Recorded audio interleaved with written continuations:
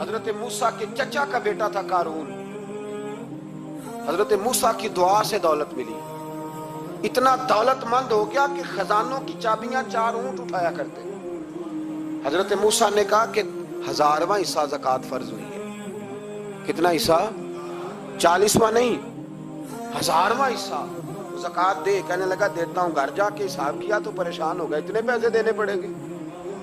پریشان جب آتے ہیں تب نہیں پریشان ہوتے، اتنے آ گئے میرے پاس، دینے پڑے تو کہنے لگا ہو اتنے پیسے۔ حضرت موسیٰ نے کہا دے، تو کہنے لگا جناب موسیٰ ویسے مہنگا نہیں پڑا آپ نے رکھا خرچہ؟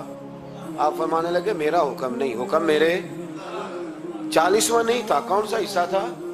بولیے مسلمانوں کا کتنا ہے؟ سارے صحیح دیتے ہیں زکوٰۃ؟ کہتے میں تھوڑی تھوڑی دیتا رہتا ہوں، میں سال میں نے تھوڑی تھوڑی بانٹ دی ہے، کچھ ان کو دیا جو مجھے ووٹ دیں گے، کچھ ان کو دیا جو گاہے گاہے میرے گھر کا کوئی کام کر دیں گے، میں نے بانٹ دی ہے۔ ایک زکوٰۃ دے رہا ہے کہ سیاست کر رہا ہے تو؟ یہ کون سا طریقہ ہے؟ یہ کون سی طبیعت ہے؟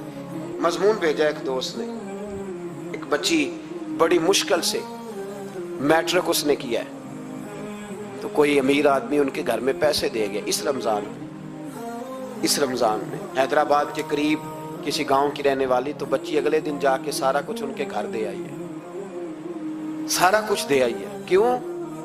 کہ وہ بچی کہتی ہے میں یتیم ہوں، میں 1.5 سال کی تھی اور میرا بھائی ابھی پیدا نہیں ہوا تھا جب میرا والد فوت ہو گیا، تو میرے چچا نے دھکے دے کے نکال دیا، میری ماں نے برتن دھو دھو کے ہمیں پالا اور میری ماں نے ہمیں پڑھایا، شدید محنت کی۔ تو کہتی ہے کل ایک دنیا دار آیا، اس نے کہا میں نے راشن دینا ہے، زبردستی ہمارے گھر آیا، غریبوں کو دینا ہے۔ کہتی ہے میری ماں نے کبھی ہمارے سامنے دکھ نہیں اپنا کھولا کہ میں بڑی غریب ہوں، میں نے جوانی تمہیں، لیکن کیا عجیب منظر ہے کہ اس نے ایک توڑا دیا راشن کا، تو سویرے جب میری اماں زور کے بعد کام کر کے آئی ہے تو رو رہی تھی۔ میں نے پوچھا اماں کیا ہوا؟ تو کہنے لگی بیٹے 4 اخباروں میں میری تصویر لگی ہے، 4 اخباروں میں۔ مجھے کیا پتا اس کے پاس کتنے موبائل تھے، کتنی تصویریں کھینچتا رہا۔ تو وہاں رکھ کے کہنے لگی چچا ہم نے بڑی راتیں بغیر پنکھے کے گزاری ہیں، کئی دن بغیر روٹی کھائے گزارے، پر ہم نے اپنا پردہ نہیں کھولا، تو ایک آٹے کا تھیلا دے کے ہمارا پردہ کھول گیا۔ 4 اخباروں میں رکھ اپنا سامان، اور سویرے اخبار میں یہ خبر بھی ضرور چھپوا دینا کہ وہ واپس کر گئے، یہ خبر بھی سویرے اخبار میں ضرور چھپوا دینا کہ وہ آٹے کا تھیلا وہ واپس کر گئے، یہ خبر چھپوا دینا۔ پھر وہ بچی اپنی ماں کی عزت کے لیے گئی اور جا کے پریس کلب میں اس نے 4 اخباروں کو کہا کہ میں آٹا واپس کر رہی ہوں، اب تمہاری ذمہ داری ہے کہ تم لوگوں کو بتاؤ کہ وہ تھیلا آٹے کا۔ شرم نہیں آتی؟ میں اجتماعی شادیوں کی مخالفت کرتا رہتا ہوں، دل کرتا ہے تمہارا کہ تمہاری بیٹی اور تمہارا داماد بٹھایا جائے اسٹیج پہ اور کہا جائے خیرات میں اس کی شادی ہو رہی ہے، اخباروں پہ تصویر آئے، کسی غریب کی بچی کی شادی کر دیا تو بورڈ لگوا دیا 30 اجتماعی شادیاں۔ وہ تماشا ہے؟ غریبوں کی بیٹیاں تماشا بنانے کے لیے ہیں؟ اگر کسی غریب کی بچی کی خدمت کر دیا تو اس طرح کر جس طرح حسین کے بیٹے امام زین العابدین کیا کرتے۔ حضرت موسیٰ کلیم اللہ علیہ السلام کا زمانہ مبارکہ تھا، قحط پڑ گیا، بارش نہیں ہوتی۔ ہم لوگ نا اب تو خیر ہمارے پاکستان میں تو ٹیبل ٹاک ہوتی ہے، ٹاک شو ہوتے ہیں، ہمارے ہاں تو پتہ کیا جاتا ہے کہ بارش ہو کیوں نہیں رہی، پھر اس پہ یہ ہوتا ہے کہ دھواں بڑا چڑھ گیا ہے، حالات بڑے خراب ہیں، فلاں ایسے ہو گیا قحط کا۔ ہم تو اسباب تلاش کرتے رہتے ہیں نا جی، فوگ بہت زیادہ ہے، فلاں چیز ایسے ہے، فلاں چیز ایسے، ہم تو یہ تلاش کرتے رہتے ہیں۔ وہ لوگ یوں نہیں کرتے تھے، وہ سیدھے جا کے مصلوں پہ بیٹھتے تھے، اس لیے کہ وہ کہتے تھے جب رب چاہتا ہے تو پھر کوئی چیز کسی چیز کو روک سکتی، وہ سیدھے مصلے پہ بیٹھتے۔ اعلیٰ حضرت فاضل بریلوی رحمۃ اللہ علیہ کے پاس ایک مولانا محمد حسین آئے، وہ فلکیات کے بڑے ماہر تھے، تو اعلیٰ حضرت نے فرمایا ذرا ستاروں کا حساب لگا کے دکھاؤ بارش کب ہوگی؟ کہنے لگا پورا مہینہ تو نہیں ہوگی۔ تو اعلیٰ حضرت رحمۃ اللہ علیہ فرمانے لگے کہو کہ میرا علم کہتا ہے مہینہ نہیں ہوگی، اللہ چاہے تو ابھی ہو سکتی ہے۔ کہنے لگا جی وہ تو ٹھیک ہے پر میرا علم، وہ جیسے روز لوگوں نے پیر نیٹ ٹو سین شاہ صاحب نہیں کھولے ہوتے کہ بارش کب آئے گی، اور اس کی طرف نہ دیکھ، مصلے پہ بیٹھ، مہربانی کر مصلے پہ بیٹھ، اللہ کی بارگاہ میں حاضر ہو، اسے معافی مانگ، اسے منا تاکہ وہ رحمت کی بارش. کہنے لگا جی میرا علم کہتا ہے. تو اعلیٰ حضرت فرمانے لگے پھر وہی بات, تو کہ اللہ چاہے تو بارش ابھی, لیکن یہ جو اڑ گئے ہیں نا بیچارے, یہ اڑ ہی گئے ہیں, یہ جہاں الجھ گئے ہیں وہاں یہ لوگ الجھ گئے. اللہ ہمیں الجھنے سے محفوظ فرمائے. تو اعلیٰ حضرت اٹھے تو فرمایا ٹائم کیا ہوا ہے گھڑی پہ؟ کہنے لگا جی 12. تو اعلیٰ حضرت نے گھڑی گھمائی, اب کیا بج گیا؟ کہنے لگا 4 بج گئے. فرمانے لگے بج گئے نا 4. کہنے لگا جی آپ نے گھڑی گھما جو دی ہے. فرمانے لگے اللہ بھی جب چاہے تو ستارے گھما دیتا ہے, اللہ بھی ستارے گھما دیتا ہے بارش. کہنے لگا جی وہ تو ٹھیک ہے پر مہینہ نہیں ہو سکتی. اڑا ہوا بندہ اس کا کوئی علاج ہے جو اڑ جو جائے, اس کے لیے قرآن کہتا ہے وَإِذَا خَاطَبَهُمُ الْجَاهِلُونَ قَالُوا سَلَامًا. اسے سلوٹ کرو دور سے, اسے کو تو جان اور تیرا. کہنے لگا جی ہو نہیں سکتی پورا مہینہ. فرمانے لگے یار تو جا اپنا کام کر. وہ شخص کہتا ہے میں نے دروازہ کھولا اعلیٰ حضرت کا, کمرے سے باہر نکلا تو تیز بارش ہو رہی. واپس آیا تو میں نے کہا احمد رضا یہ عقیدہ کہاں سے لیا ہے؟ فرمایا دروازہ مصطفیٰ سے لیا ہے صلی اللہ علیہ وسلم. تو یاد رکھیں کہ اللہ کو منانا چاہیے, استغفار کرنا چاہیے, اس کی برکات. حضرت موسیٰ ساری قوم کو لے کے نکل گئے. آؤ بھائی میدان میں اللہ کی بارگاہ میں استغفار کریں اور بارش کا سوال کریں, بارش مانگے. جب باہر نکلے دیر تک دعائیں ہوتی رہیں تو حضرت موسیٰ علیہ السلام کو رب کریم نے وحی فرمائی کہ موسیٰ آپ کی قوم میں نے ایک شخص ہے جس کو 40 سال ہو گئے نافرمانی کرتے, اس نے رب سے صلح نہیں کی. کتنے لوگ ہیں؟ ایک. اور 40 سال سے وہ نافرمان ہے, اس کو مجمع سے نکال دو بارش ہو جائے گی. اگر ایک گناہگار کی وجہ سے بارش رک جاتی ہے اور جہاں دروازے کھلے ہوئے ہوں, جہاں تنہائیاں خوفناک ہوں, اور جہاں تباہی اتری ہوئی ہو, اور جہاں لوگ کروڑوں روپیہ مال ہڑپ کر گئے ہوں, اور جہاں علماء کو ہاتھ کڑیاں لگا کے ٹھنڈی زمینوں پہ لٹا دیا جائے اور قوم کہہ رہی ہو اچھا ہوا اچھا ہوا, اور لوگ پھبتیاں اڑا رہے ہوں, مذاق کر رہے ہوں, تو پھر اس قوم پہ کس طرح کر کے فضل الہی. اور یہ مولوی کا معاملہ نہیں, یہ تو ممبر رسول کا معاملہ ہے. میرے مصطفیٰ نے یہ نہیں کہا پیر میرا وارث ہے, حضور نے فرمایا عالم میرے دین کے وارث ہے. ہاں حضور نے فرمایا جس نے عالم کے چہرے کا دیدار کیا سمجھے میں نے اپنے نبی کی زیارت کی ہے. لیکن یہاں تو خیر یہ عنوان نہیں, ورنہ میں اس پر جاتا. ہائے, تو کہا ایک بندہ ہے 40 سال سے اللہ کی نافرمانی کر رہا ہے, وہ اگر نکل جائے تو بارش ہو جائے گی. حضرت موسیٰ نے اعلان کر دیا بھی ایک شخص ہے,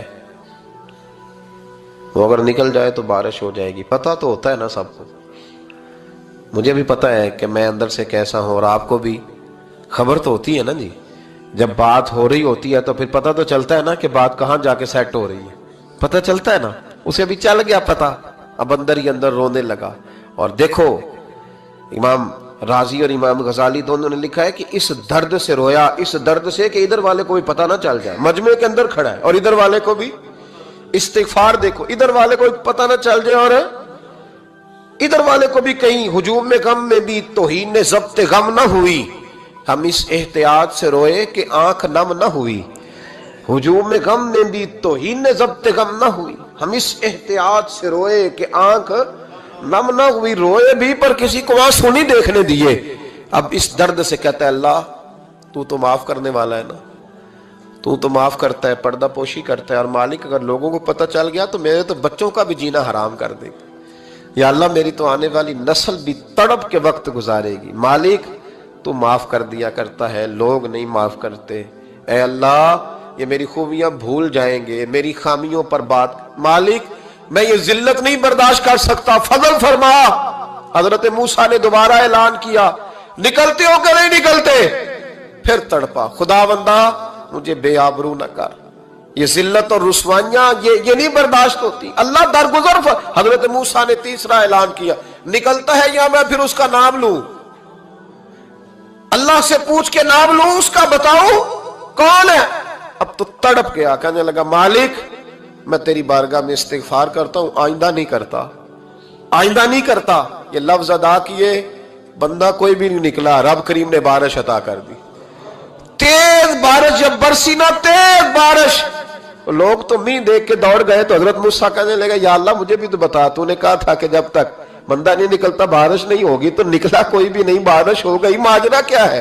تو رب کریم نے فرمایا موسیٰ بس اس نے مجھ سے صلح کر لی، اس نے مجھ سے صلح کر لی۔ اور امام غزالی نے لفظ لکھے، حضرت موسیٰ نے پوچھا، حالانکہ اللہ اپنے نبیوں کو غیب کے خزانے دیتا ہے، پوچھا کہ اے اللہ مجھے اس کا نام بتا دے، تو رب کریم نے فرمایا موسیٰ جب گناہگار تھا تب نہیں کسی کو بتایا، جب پاپی تھا تب نہیں بتایا، جب مجرم تھا تب نہیں بتایا، اب کیسے بتا دوں؟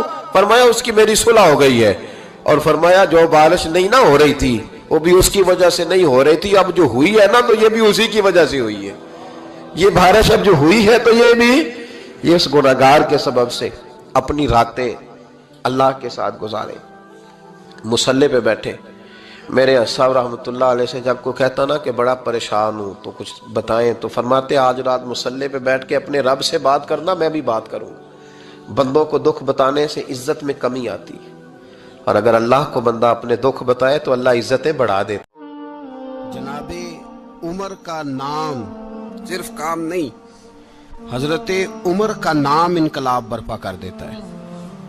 حضرت عمر کا نام کفر کے ایوانوں میں جبر، ظلم، شرک کی وادیوں میں جب حضرت عمر کا نام بھی لیا جائے تو بے ایمان کانپنا شروع ہو جاتے۔ حضرت عمر فاروق رضی اللہ تعالی عنہ، حضرت عمر معمولی شخص نہیں، معمولی آدمی نہیں۔ کچھ لوگ صدیوں کے بعد پیدا ہوتے ہیں، اور کچھ لوگ ایسے ہوتے ہیں جو ایک ہی بار پیدا ہوتے ہیں، ان جیسا دوسرا پیدا ہوتا ہی نہیں، دوسرا ان طرح کا پیدا ہوتا ہی۔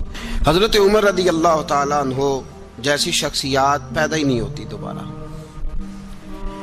سارے صحابہ در رسالت مآب پہ خود آئے۔ یہ وہ عظیم شخص ہے جسے اللہ کے محبوب نے اللہ سے مانگ کے لیا، کہا اے اللہ یہ مجھے دے دے، اللہ سے مانگ کے لیا ہے۔ اس لیے صوفیاء کہتے ہیں کچھ مرید ہوتے ہیں کچھ مراد ہوتے ہیں، کچھ مرید ہوتے ہیں کچھ مراد ہوتے ہیں۔ مرید وہ ہوتا ہے جو چل کے آتا ہے، آ کے مرید ہوتا ہے۔ مراد وہ ہوتا ہے جسے کہا جاتا ہے کہ یہ کبھی میرا بن جائے نا، یہ کبھی آ جائے نا، میرا بن جائے، اس کو مراد کہتے ہیں۔ حضرت عمر مصطفیٰ کریم کی مراد ہیں، حضور کی مراد ہے۔ اللہم اعز الاسلام بے اسلام عمر ابن خطاب، اے اللہ اسلام کو عزت دے دے، میرے عمر کو کلمہ پڑھنے کی توفیق عطا فرما دے۔ اور کیسے دعا مانگی؟ او یار حضرت عمر کی تو اس فضیلت کا کوئی جواب نہیں دے سکتا۔ میرے رسول پاک علیہ السلام سب کے لیے ہی دعا مانگتے ہیں نا، حضور کی دعا عام ہے، لیکن مصطفیٰ کریم نے کعبے کا غلاف تھام لیا، اور غلاف کعبہ کو حضور نے سینے سے لپٹایا اور سینے سے چمٹا کے کہا اے اللہ میں نے تو کبھی سوال ہی زیادہ نہیں کیے، میں کرنے آیا ہوں، مجھے عمر دے دے، عمر دے دے۔ حضور نے مانگ کے لیا۔ اور پھر جب جس کو حضور مانگے اللہ سے کہ حضرت عمر رضی اللہ تعالیٰ عنہ کا آج یوم شہادت ہے، میرا تو دل کرتا تھا کہ فجر سے باتیں شروع ہوں اور سارا دن ہی عمر کی باتیں ہوتی رہیں، سارا دن جناب عمر کی باتیں، سارا دن، اس لیے کہ ذکر جناب عمر کا ہوگا پر راضی اللہ کے رسول ہوں گے صلی اللہ، تو جاگ کے بیٹھے، خوش ہو کے بیٹھے۔ ہمارے ہاں منایا ہی نہیں جاتا، بابے اللہ کیتا ساؤن بھادروں اسو کتا تے منڈے جنوری فروری، تو اسلامی سال بھی گیا اور وہ تاریخیں بھی ساری گئیں۔ یکم محرم امت مسلمہ کے لیے بہت بڑا دن ہے، بہت بڑا دن، یہ شہادت ہے حضرت عمر فاروق کی رضی اللہ تعالی عنہ۔ یہاں چھوٹی چھوٹی باتوں پہ گورنمنٹ چھٹی کرتی پھرتی ہے، چھوٹی چھوٹی باتوں، الیکشن ہو گیا تو چھٹی، فلاں جگہ پہ تھوڑا سا کسی نے خبر دے دی کہ کوئی پریشانی ہے تو چھٹی، فلاں جگہ یہ ہو گیا تو چھٹی، یہاں تک کہ فلاں وزیر صاحب فلاں علاقے میں آئیں گے تو سارے علاقے کو چھٹی۔ اور اب تو اس سے بڑا حال ہونے لگا ہے، اگر جن لوگوں کی سندھ میں حکومت ہے ان کے لیڈر کا دن آیا تو اس دن چھٹی، اور جن کی پنجاب میں حکومت ہے ان کا دن آیا تو چھٹی. ہمارا مطالبہ ہے حکومت پاکستان سے, اگر سر اٹھا کے جینا چاہتے ہو تو یکم محرم کو چھٹی کیا کرو. اگر سر اٹھا کے جینا چاہتے ہو تو یکم محرم کو چھٹی کرو جناب عمر کے دن, اور ملت کے جوانوں کو بتاؤ کہ اگر عزت کی زندگی جینا چاہتے ہو تو اس طرح جیو جس طرح فاروق اعظم جی کے گئے. عزت اور وقار کی زندگی, جمہوریت حضرت عمر سے سیکھنی پڑے گی. حکومت کرنے کے طریقے حضرت عمر سے. رعایا کو سیکھنا پڑے گا کہ امیر کس طرح بنایا جاتا ہے اور امیر کس طرح کے ہوتے ہیں. یہاں لوگ ہمیں یورپ کی مثالیں دیتے ہیں, لوگ یہاں ہمیں آ کر کے امریکہ کی مثالیں, انہیں کیا پتا حکومت کیا ہوتی ہے. وہ کہتے ہیں جی وہ سائیکل پہ جاتا ہے ان کا حکمران. میں نے کہا وہ سائیکل پہ جاتا ہے؟ میرے عمر فاروق مدینے سے مکے گئے تھے تو پیدل ہی حج کرنے چلے گئے, پیدل ہی. اور جناب عمر فاروق رضی اللہ تعالیٰ عنہ عید کی نماز پڑھانے گئے. عید کی نماز عمر خطبہ عید دینے گئے.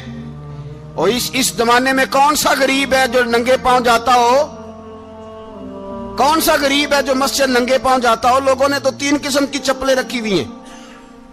ایک مسجد جانے کی علیحدہ ہے, گھر پہننے کی علیحدہ ہے, شادی بیاہ پہ جانے کی چپل علیحدہ ہے. حضرت عمر فاروق رضی اللہ تعالیٰ عنہ نکلے عید کا خطبہ دینے کے لیے تو بیوی سے کہنے لگے جوتا. اس نے کہا صاحب اتنی دفعہ ٹوٹا ہے اب گانٹھا نہیں جا سکتا, اتنی دفعہ ٹوٹا ہے کہ اب دوبارہ پیمند نہیں لگ سکتے. تو حضرت عمر کہنے لگے چل کوئی حرج نہیں, بغیر جوتے کے ننگے پیر ہی چلتے ہیں, کوئی حرج نہیں. تو کہنے لگے لوگ کیا کہیں گے؟ فرمایا چپ کر. لوگ جس دن عمر نے یہ دیکھ لیا نا لوگ اس کے بارے میں کیا کہتے ہیں, اس دن عمر نہیں رہے گا. تو کہا پھر آپ کا نظریہ کیا ہے؟ فرمایا میرا نظریہ یہ ہے کہ رب رسول میرے بارے میں کیا کہتے ہیں. لوگوں کا کیا ہے؟ لوگ کل کسی کے بارے میں کچھ کہتے ہیں اور پرسوں کچھ کہتے ہیں. میرا نظریہ یہ ہے کہ رب رسول میرے بارے میں ننگے پیر عمر جا رہے ہیں. کون جی؟ میں بڑا ماڑا. اچھا جناب کیا غربت ہے؟ 10 قسم کے جوڑے لٹکے ہوئے ہیں کمرے میں اور پہننے کی فرصت نہیں. سویرے کیا پہننا ہے, شام کیا پہننا ہے, 15 سوٹ کٹھے استری ہو کے لانڈری والا بھیج رہا ہے, اور تو غریب ہے. تو بہت بڑا غریب ہے. اس لیے کہ غربت پیسوں کی وجہ سے نہیں ہوتی, غربت تو دل کی ہوتی ہے. تو واقعی بڑا غریب ہے اور تو غریب ہی رہے گا. امیر تو عمر فاروق تھے جو ننگے پاؤں چلے گئے عید کی نماز پڑھانے. تو رستے میں جو ملا کہنے لگا عمر جوتا تو پہن لو. فرمایا تمہیں عمر کا جوتا نہ پہننے کا نقص تو نظر آیا ہے, کوئی حرج نہیں. اگر عمر کو کبھی بتانا ہوا تو وہ والا نقص بتانا جو عمر کی سیرت میں پیدا ہو, کردار میں پیدا ہو, وہ والا نقص بتانا. یہ چھوڑو جوتے آتے جاتے رہتے, ننگے پاؤں گئے, پاؤں دھوئے, نماز پڑھائی, لوٹ آئے. او بھائی یہاں تو ہمارا بناؤ سنگار اترنا, جتنی توجہ کپڑوں کی طرف ہے اتنی توجہ کبھی ہماری علم کی طرف ہوتی نا, جتنا ذوق شوق ہمارا بناؤ سنگار کی جانب ہے, اتنا بناؤ سنگار کبھی ہمارا اخلاقیات کی جانب ہوتا تو معاملات بڑی حد تک سنورے ہوئے ہوتے. حضرت سیدنا فاروق اعظم رضی اللہ تعالی اپنی زندگی کو ترتیب دیا. ایک دن بھی خلافت نہیں مانگی اللہ سے. حضرت عوف بن مالک اشجعی ایک صحابی ہیں. حضرت عوف بن مالک رضی اللہ تعالیٰ عنہ فرماتے ہیں کہ جناب ابو بکر صدیق کا زمانہ تھا تو میں نے خواب دیکھا. میں نے خواب میں جناب عمر کو دیکھا اور میں نے دیکھا کہ کوئی کہنے والا کہہ رہا ہے کہ عمر وہ ہے کہ اللہ کے رستے میں کوئی اسے جتنا مرضی برا بھلا کہے یہ پرواہ نہیں کرتا. کس کے رستے میں؟ بولے سارے. اس کا مطلب ہے اللہ کے رستے میں لوگ برا بھلا بھی. قرآن مجید نے کہا وَلَا يَخَافُونَ لَوْمَةَ لَائِمٍ. کچھ لوگ ایسے ہیں جو برا بھلا کہنے والوں کی پرواہ نہیں کرتے. آپ یقین کریں اگر پرواہ شروع ہو جائے نا تو دین کا کام ختم ہو جائے. نہ کوئی تقریر کرے, نہ کوئی تدریس کرے, نہ کوئی پیری مریدی کرے, ختم ہو جائے اگر باتوں کی پرواہ ہو. لیکن وہ پرواہ. حضرت عوف بن مالک اشجعی کہتے ہیں میں نے خواب میں دیکھا کہ عمر وہ ہے جو کسی کی پرواہ, اور دوسری بات میں نے یہ دیکھی کہ عمر خلیفہ بنے گا, اور تیسری بات میں نے خواب میں یہ دیکھی کہ عمر شہید بھی کیا جائے گا, عمر شہید بھی ہوگا. یہ میں نے 3 باتیں خواب میں دیکھی. فرماتے ہیں میں نے آ کے خواب حضرت ابو بکر صدیق کو سنائی, وہ خلیفہ تھے. وہ کہنے لگے ٹھہر جا, میں عمر کو بلاتا ہوں, اس کے سامنے دوبارہ سنانا. اس کے سامنے فرماتے میں نے بلایا حضرت عمر فاروق کو، آ کے بیٹھے، خواب شروع ہوا کہ ایک بات تو میں نے یہ دیکھی کہ آپ ملامت کرنے والے کی پرواہ نہیں کرتے، دوسرا آپ خلیفہ بنے گے۔ جناب عمر کہنے لگے چپ کر، ابو بکر کے سامنے ہی کہہ رہا ہے، چپ کر، خلیفہ کے سامنے ہی کہہ رہا ہے۔ تو حضرت ابو بکر صدیق کہنے لگے عمر اسے کہنے دو، مجھے لگتا ہے رب کی رضا یہی ہے کہ میرے بعد اگر مصطفیٰ کا منبر ملے تو عمر کو ملے، اسے کہنے دو، کہنے دو۔ یار یہاں تو لوگ ڈھینگے مارتے ہیں، یہاں تو لوگ دعوے کرتے ہیں میرے سامنے فلانے کو بھی بٹھاؤ، فلانے کو بھی بٹھاؤ، اس کو کیا پتا، اس کو کیا پتا، یہ تو بڑکے مارنے کا دور ہے۔ حضرت عمر رضی اللہ تعالیٰ عنہ کو تیسری بات کہی، حضرت عوف بن مالک نے کہا آپ شہید کیے جائیں گے، میں نے خواب دیکھی ہے۔ نیک لوگوں کے خواب بڑی حد تک سچے ہوتے ہیں، کہا میں نے خواب دیکھی ہے۔ تو حضرت عمر کہنے لگے شہید تو دلیر لوگ ہوتے ہیں، شہید تو دلیر، جسے سارا زمانہ دلیر کہہ رہا ہے وہ اپنے بارے میں کیا کہہ رہا ہے، کہتے ہیں شہید تو دلیر، میں تو کاہل سا آدمی ہوں، سست آدمی ہوں، میں تو اتنا کام ہی نہیں کرتا، تو یہ خواب تو نے جو دیکھا ہے نا پھر سے دیکھنا۔ تو ابو بکر صدیق فرمانے لگے عاجزی نہ کر، انکساری نہ کر، تو جو کہہ رہا ہے ٹھیک کہہ رہا ہے، لیکن مجھے سن کے شکر بھی ہوا ہے اور افسوس بھی ہوا ہے۔ افسوس اس بات کا کہ تیرے جیسا بطل عظیم چلا جائے گا، اور شکر اس بات کا کہ رب تجھے زندگی بھی اعزاز والی دے گا، اور شہادت کی موت دے کے اللہ تجھے موت بھی عزت والی عطا فرمائے گا۔ اللہ موت بھی تجھے عزت والی دے گا، تجھے کاہلوں جیسی موت اللہ۔ حضرت فاروق اعظم رضی اللہ، او بھائی یہاں تو اس زمانے کا سب سے بڑا مسئلہ پروٹوکول ہے۔ لوگوں کو پتا ہوتا ہے کامل پیر ہے، کامل مرشد ہے، لوگ نہیں جاتے۔ میں کسی کا مرید ہو جاؤں، میرا پروٹوکول کدھر گیا؟ پتا ہوتا ہے یہ کامل استاد ہے، میں اس کے پاس بیٹھوں گا تو میری تربیت کرے گا، لیکن لوگ شاگرد نہیں بنتے، میں کدھر گئی؟ یہ جو پروٹوکول کی مصیبت ہے نا، اس نے بڑے بڑے لوگ زیرو کر دیے، بڑے بڑے لوگ۔ اور یہ مت سمجھے کہ آپ کا وزیر اعظم پروٹوکول لیتا ہے یا آپ کا صدر پروٹوکول، وزراء، ایسی کوئی بات نہیں۔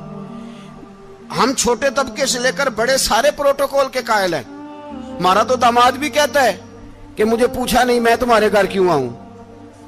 ہمارا تو بھائی ہر شخص اعلان کرتا ہے پروٹوکول کا، فلانے نے عزت نہیں دی تو واپس آ جاؤ، فلانے نے سلوٹ نہیں کیا تو واپس آ جاؤ۔ لوگ جہاں سلوٹ کرنا چاہیے وہاں بھی سلوٹ کرانے کے قائل ہیں۔ پر حضرت عمر رضی اللہ تعالی، حضرت عمر کی سادگی اور پھر جناب عمر کی عاجزی، جب انسان اپنے اوپر سوار کر لیتا ہے نا، سوار کر لیتا ہے، میں بدکار پرانا خادم، کسے در ملی نٹ ہوئی، تے واصف یار نے نظر جو کی تھی تے واصف ہی۔ میں اکثر سوچتا ہوں حضور نے جہاں بھی کہا نا، فرمایا میرے بعد نبی ہوتے تو خطاب کے بیٹے عمر ہوتے۔ حضور نے فرمایا عمر جس رستے سے جاتا ہے شیطان وہ رستہ بدل جاتا ہے۔ نبی پاک صلی اللہ علیہ وسلم نے فرمایا میرا عمر وہ ہے کہ اس کی زبان پر حق جاری ہے۔ حضور علیہ السلام نے فرمایا 950 سال حضرت جبریل میرے عمر کی شان بیان کریں تو ان کی عظمت ختم نہیں ہوتی۔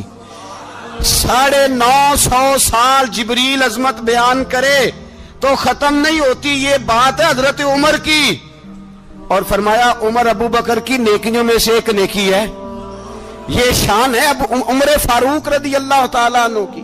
حضور نے فرمایا میرے بعد نبی ہوتے تو عمر ہوتے، جس گلی سے عمر آئے شیطان رستہ بدل جائے۔ میرے عمر فاروق کی شان 950 سال بیان ہو تو ختم نہ ہو۔ عمر کی زبان پر اللہ حق بیان کرتا ہے، جو عمر کہتا ہے وہی رب کر دیتا ہے۔ حضور ساری زندگی فضیلتیں بیان کرتے رہے، عمر جواب میں کیا کہتے ہیں؟ کوئی بتائے نا کہ یہ والی حدیثیں کبھی عمر نے بھی روایت کی ہوں کہ حضور نے میرے بارے میں یہ کہا ہے۔ یہ روایتیں وہ روایت نہیں کرتے، ان سے جب لوگ کہتے عمر تیری بڑی بات ہے تو عمر رو پڑتے، کہتے میں تو اونٹ چرانے والے باپ کا بیٹا ہوں، میں تو اونٹ چرانے والے باپ کا بیٹا، اونٹ چرا۔ اس سے آگے عمر گئے ہی نہیں ساری زندگی، اس سے آگے لفظ ہی نہیں ادا کی۔ اور میں تو بھائی اونٹ چرانے والا، میرا باپ تو اونٹ چرایا کرتا تھا، 10 اونٹ تھے، میری ڈیوٹی ہوتی تھی، سنبھالے نہیں جاتے تھے، ابا ڈنڈوں سے مارتا تھا۔ ساری زندگی عمر حج کرنے گئے، ایک خشک تنا کھجور کا عمر فاروق رضی اللہ تعالیٰ عنہ نے اس کو اپنے کلاوے میں لیا، رونے لگے۔ لوگوں نے کہا عمر کیا ہوا؟ فرمانے لگے یہاں میں اونٹ چرایا کرتا تھا، یہاں میں اونٹ چراتا تھا، 10 اونٹ سنبھالے نہیں جاتے تھے۔ دیکھو رسول اللہ کی شان، آج ساری امت چلانے کا طریقہ عطا فرما دیا ہے، ساری نظریے سے پیار۔ یار پیسہ کس کو برا لگتا ہے؟ آپ جس آدمی کی 50 کروڑ کی پراپرٹی ہے اس کو پوچھیں سب سے غریب، آپ کو وہی نظر آئے گا۔ وہ کہے گا میں ٹائٹ ہوں، حالات بڑے۔ میں کئی بار پوچھے انہوں نے، میں کہتا ترجمہ بھی 10 چھڑوں کی، ہمیں تو سمجھ نہیں آتی، اور ٹائٹ حالات کون سے ہوتے ہیں جی؟ جس آدمی کا کروڑوں میں کاروبار ہے نا، اس کو آپ چھیڑے وہ رونے لگ جائے گا، رونے۔ تو کئی میں نے ایسے دیکھے ہیں کرائے کا مکان ہے، ان سے پوچھے صاحب کیا حال ہے، تو کہتے ہیں جتنی اللہ نے شان والی زندگی ہمیں عطا کی ہے کسی کو نہیں دی ہوئی۔ اس کا مطلب ہے خوشی بھی یہی ہے اور غم بھی یہی ہے، اندر سے خوشی ہے، اندر سے ہی۔ تو نے اگر راضی رہنا ہے تو ادھر سے رہنا ہے، ناراض رہنا ہے تو بس اپنے آپ کو خوش رکھے گا تو ہو جائے گا۔ سارے صحابہ مل کے آئے، کہنے لگے عمر فاروق سے کہنا ہے نبی پاک کے زمانے میں تو ظاہراً غربت تھی، ابو بکر کے دور میں بھی غربت تھی، اب تو بڑا مال ہے۔ عمر سے سفارش کرو کہ عمر نیا کرتا پہنا کرے۔ ملکوں کے سفیر آتے، عمر وہی پھٹی پرانی چادر اوڑھ کے اور وہی کئی جگہ پہ پیوند لگے سوٹ پہن کے سفیروں کے سامنے بیٹھ جاتا ہے۔ عمر کو مشورہ دو، طے ہو گئی بات۔ سب نے جب مشورہ دے لیا تو سارے کہنے لگے یہ بتاؤ شیر کی مونچھ کو ہاتھ کون لگائے گا؟ کہنا کس نے ہے؟ بندہ بھی تو ڈھونڈو نا۔ نے کہا جناب میرا یہ خیال ہے کہ مولا علی شیر خدا کہیں گے، کیونکہ جس شخص کی عمر کو سب سے زیادہ حیا کرتے دیکھا وہ شیر خدا مولا علی ہے رضی اللہ تعالی علی کہیں گے۔ اس لیے کہ جناب علی تو کئی دفعہ جب گفتگو کرتے تھے تو حضرت عمر چپ کر جاتے تھے اور فرماتے تھے علی نہ ہوتا تو میں ہلاک ہو جاتا۔ تو کہا علی سے کہو۔ جناب علی شیر خدا کو بلایا، کس کام کے لیے جی؟ اللہ اکبر۔ یہ ذرا آپ نے اس دور پہ اس بات کو ذرا لاکا جناب ان سے کہیں کہ زیادہ نہیں، ایک کرتا نیا پہن لے، سفیر آتے ہیں وزیر آتے ہیں تو ایک کرتا نیا پہن لے۔ حضرت علی کو بلایا، آپ فرمانے لگے کوئی اور بات ہوتی تو میں کہہ دیتا، یہ والی میں نہیں کہہ سکتا۔ کوئی اور ہوتی تو میں عمر کو کئی دفعہ کہہ دیتا ہوں، جلال میں بھی تو سن، یہ والی میں نہیں کہہ سکتا۔ میں تمہیں ایک مشورہ دیتا ہوں۔ کہا وہ کیا؟ کہنے لگے سید عائشہ صدیقہ سے کہو، وہ مومنوں کی ماں ہیں، عمر ٹالے گا نہیں۔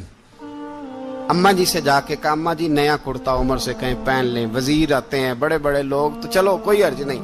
اماں جی نے کہا اچھا کوئی بات نہیں میں بلا لیتی ہوں۔ جناب عائشہ نے پیغام بھیجا،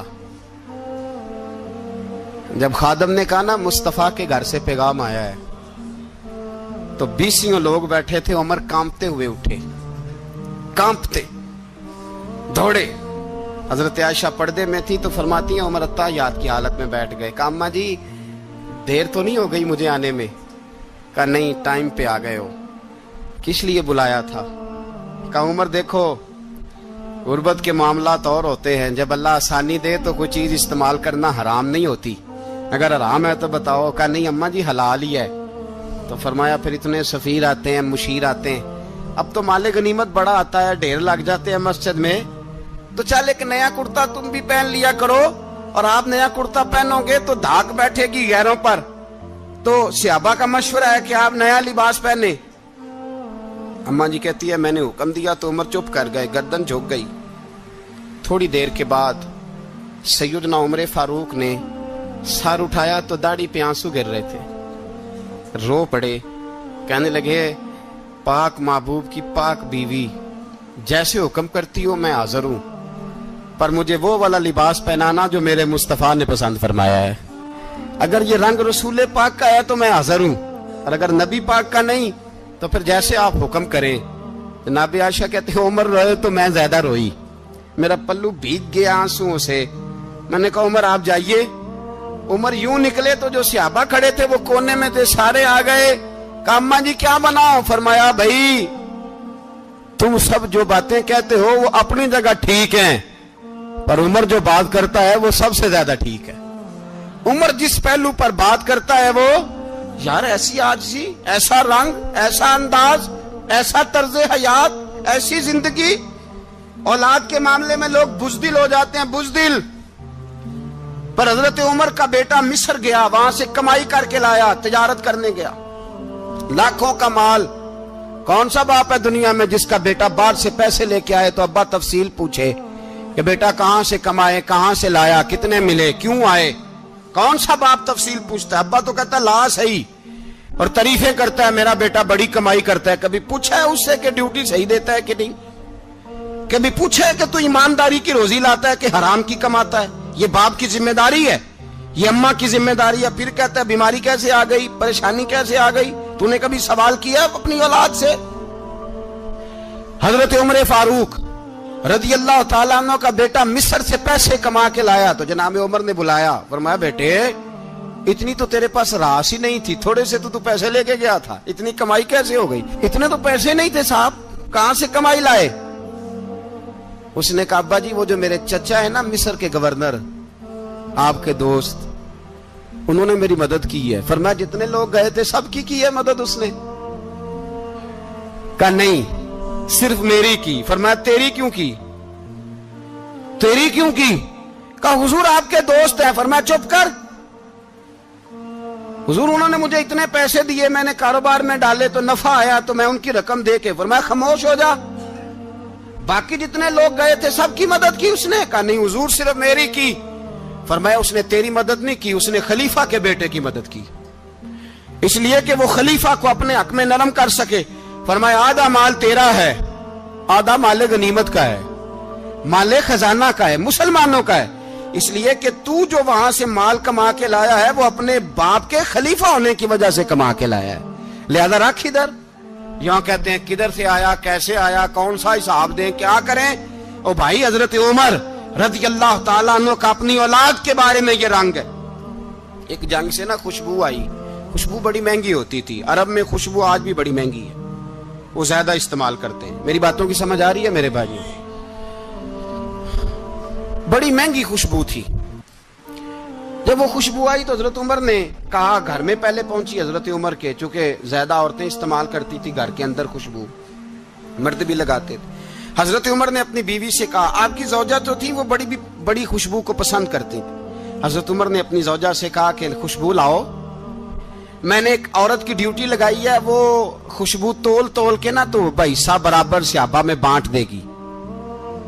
تو آپ کی زوجہ کہنے لگی کسی بی بی کی ڈیوٹی لگانے کی کیا ضرورت تھی، میں جو موجود تھی میں بانٹ دیتی ہوں تول کے حصہ برابر. آپ نے فرمایا نہیں تو رہنے دے، فلانی بی بی بانٹے گی. کہا حضور میں نے بھی بانٹنی ہے، میرے پہ کچھ حق ہے؟ آپ نے فرمایا نہیں تو تفصیل نہ پوچھ، تو خوشبو دے دے، کوئی اور بانٹے گی. خاتون خانہ تھی نا، کہنے لگی نہیں مجھے بھی آج آپ کو بتانا ہی پڑے گا کہ کوئی جو بانٹ سکتی ہے تو میں کیوں نہیں بانٹ سکتی؟ زوجہ کہتی عمر نے بات کی تو میری چیخیں نکل گئی. حضرت عمر فرمانے لگے جب تو خوشبو بانٹے گی نا تیرے ہاتھوں کو بھی لگے گی، تیرے دوپٹوں کو بھی لگ جائے گی. اگر رب کریم نے مجھ سے سوال پوچھا کہ عمر خوشبو تو مسلمانوں کی تھی، تیری بیوی کے دوپٹے کو کیوں لگ گئی، تو میں اللہ کے حضور کیا جواب دوں گا؟ اگر اللہ نے یہ سوال کیا کہ تیری بیوی نے کیوں لگائی، وہ تو حصہ تھا مسلمانوں کا، تو تو نے تیری بیوی نے کیوں لگائی؟ تو فرمایا میں نہیں چاہتا کہ اللہ کے حضور مجھے اور تجھے باز پرس ہو، لہذا کسی اور کو بانٹنے دے. زوجہ روئی اور تڑپ کے کہنے لگی عمر مجھے لگتا ہے صبح قیامت بھی تیری بیوی ہونے کی وجہ سے اللہ مجھے جنت عطا فرما دے گا، تیری زوجہ ہونے کی برکت سے. بھائی یہ معیار رکھا، خدا کی قسم ایسا شخص تاریخ میں دوبارہ نہیں آیا. اتنا بڑا آدمی، اتنا بڑا شخص، اتنا بڑا آدمی، اور پھر رنگ یہ ہے کہ عمر 22 لاکھ مربع میل کا حکمران، 22 لاکھ، اور کھجور کے درخت کے نیچے مٹی کا ڈھیلا لے کے سو گئے ہیں، پرواہ کوئی نہیں، کوئی مسئلہ ہی نہیں. 2 غلام ساتھ بیٹھے تو ایک روٹی حضرت عمر نے گھر سے منگوائی، تھوڑا سا سرکہ، تو غلام کہنے لگے ہم نے بھی کھانی ہے. فرمایا کوئی حرج نہیں، روٹی کو پیٹ بھر کے کھانا ضروری تو نہیں، 3 حصوں میں بانٹ لیتے. ایک آدمی آیا ہوا تھا مصر کا رہنے والا ملنے کے لیے، اس نے پوچھا عمر کدھر ہیں، تو کہا وہ ادھر جاؤ مسجد میں بیٹھے ہوں گے، اور واپس آیا تو کہنے لگا وہاں تو 3 غلام بیٹھے ہیں. ایک روٹی بانٹ بانٹ کے کھا رہے ہیں, لگتا ہے کئی دنوں سے روٹی نہیں ملی. کہا 3 غلام تو کوئی نہیں, وہاں 2 ہی تھے, تیسرے تو امیر المومنین تھے. اس نے کہا نہیں نہیں, 3 غلام ہیں, کپڑے بھی ایک طرح کے پہنے ہوئے ہیں, بلکہ 2 کے تو پھر صحیح ہیں, تیسرے کے تو زیادہ ماڑے ہیں. کپڑے بھی ایک طرح کے, کھانا پینا بھی ایک طرح کا, اور ان کا نشست برخاست بھی ایک طرح کی ہے, لہذا کوئی فرق نہیں. حضرت ابو ہریرہ کہتے ہیں میں لے کے آیا, اور جناب عمر کو جب میں نے کچی زمین میں تامت سمیٹ بیٹھے دیکھا تو میں رو پڑا. میں نے اس مصر سے آنے والے کو کہا تو اس کے جلوے دیکھ, اگر اس کی ذات میں اتنا حسن ہے تو محمد عربی کا مقام کیا ہوگا. یہ مقام غور ہے, مقام غور. 10 محرم کو لوگ دیگے پکائیں گے نا, نہیں پکانی ہے, کوئی بول دے نہیں, ہاں نہ نہیں کر دے, پروگرام بدلیا تو نہیں دی عید کی کہ وہی کام شروع ہوا ہے لاسٹ ایٹ ہونے والا. کیوں جی, پکنی ہے نا دیکھیں 10 محرم کو انشاءاللہ تعالی, ہم بھی پکائیں گے انشاءاللہ, یہاں بھی پروگرام ہوگا. تو 10 محرم کو جو دیگ پکنی ہے تو ایسا نہیں ہو سکتا کہ 1 محرم کو حضرت عمر کے نام کی بھی کوئی پک جائے. اگر امام حسن حسین کے نام کی دیگیں پکے تو جو امام حسن حسین کے سے پیار کرنے والے ہیں, جو امام حسن حسین سے, ہم لوگوں نے بھی عجیب رٹا اپنایا ہے نا, ہم لوگ بات کا ایک پہلو دیکھتے ہیں دوسرا نہیں دیکھتے. حضرت امام حسن اور حسین کو بھی نبی پاک نے شہید کہا, اور جناب عمر کو بھی رسول اللہ نے خود شہید فرمایا. فرمایا شہید ہے, خود فرمایا اپنی زبان سے کہ یہ شہید ہے, خود میرا عمر شہید ہے. تو ان کے نام کی دیگ نہیں پکنی چاہیے, اس طرف نہیں ہماری توجہ ہونی چاہیے. اور اہل بیت نبوی, یہ بات میں پہلے بھی کرتا ہوں, آج پھر کرنا ضروری سمجھتا ہوں. اہل بیت کا پیار سن لو کان کھول کے, اہل بیت کا پیار اگر ہمیں کسی نے سکھایا ہے تو سیدنا عمر فاروق نے سکھایا ہے. اہل بیت نبوت کی محبت اگر کسی نے سکھائی ہے تو کس نے سکھائی ہے, بول کے بتائیے. حضرت عمر نے. اہل بیت کا پیار ہمیں حضرت عمر نے بول کر کے سکھایا ہے. بھائی یاد رکھیں, کسی کی طاقت نہیں تھی دم مارنے کی حضرت عمر کے سامنے, طاقت ہی نہیں تھی. کیسر و کسرا کانپ جاتے تھے, جرت ہی نہیں کرتے تھے حضرت. اور ہمارے تو تعلقات بڑے ہیں نا غیروں سے. حضرت ابو موسیٰ اشعری رضی اللہ تعالیٰ عنہ فرماتے ہیں میرا منشی سائی تھا, وہ کاتب کہتے تھے وہ لوگ, میرا حساب کتاب عیسائی تھا. تو فرماتے ہیں ایک دن میں نے وہ سارا حساب کتاب لین دین کے حضرت عمر کو دکھائے تو فرمانے لگے جس نے لکھے ہیں اس کو بلاؤ.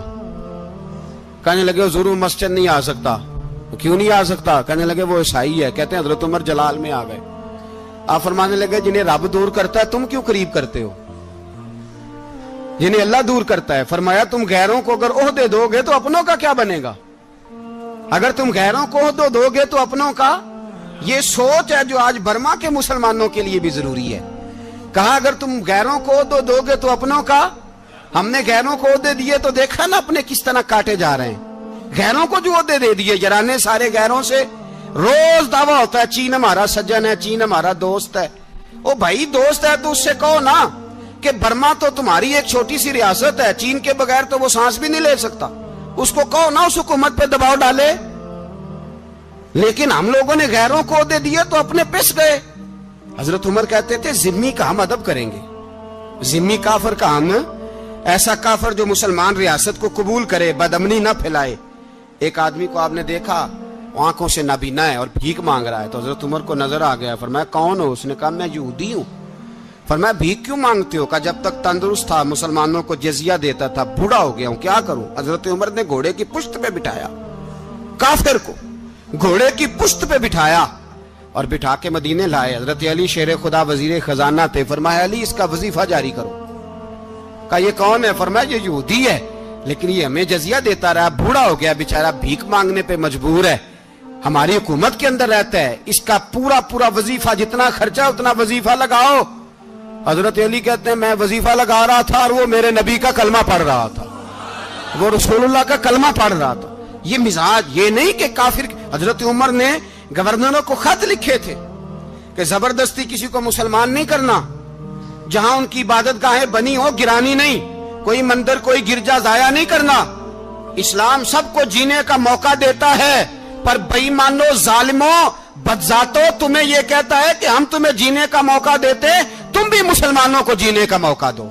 یہ جہاں بستے ہیں جہاں رہتے ہیں انہیں وہاں جینے کا موقع دو, انہیں بھی اللہ اکبر کہنے کا موقع دو, انہیں بھی قرآن پڑھنے کا موقع دو, انہیں بھی رسول اللہ پر درود پڑھنے کا موقع دو. ہمارے ملک میں عیسائی اپنی مرضی سے کھلے عام تبلیغ کرتے ہیں. یہاں تو چینل چلائے ہیں عیسائیوں نے. کسی مذہبی جماعت نے کبھی جلوس نکالا ہے کہ عیسائیوں کا چینل بند کرو؟ بولے نکلا ہے کہ نہیں نکلا؟ کتنے ظلم کی بات ہے. ہم جب غیر کو اتنا تحفظ دیتے ہیں, اتنا تحفظ دیتے ہیں. ہم نے دیکھا ہے, مجھے 20 لوگوں نے عید پہ ٹیلی فون کیے کہ عیسائیوں کو قربانی کا گوشت دے لیں. مجبور ہیں جی, دروازے پہ آ گئے ہیں, ہمارے کام کاج کرتے ہیں. 20 لوگ, عام آدمی کے دل میں ان کا اتنا جذبہ ہے.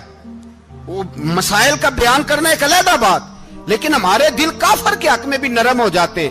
تم کس قدر زیادہ بے ایمان ہو اور کفر کس قدر زیادہ ذلیل ہو گیا ہے کہ مسلمان کے حق میں نرم ہوتا ہی نہیں. اور اس سے بڑے ذلیل وہ ہیں جو ان ذلیلوں کے سپورٹر ہیں. وہ کسی عرب ملک کے حکمران ہو یا کسی اور جگہ کے, وہ بڑے ذلیل ہیں جو ان ذلیلوں کے سپورٹر ہیں, جو برما کی بچیوں کے قتل پر اپنی حکومتیں چمکا رہے ہیں. انہیں شرم نہیں آتی.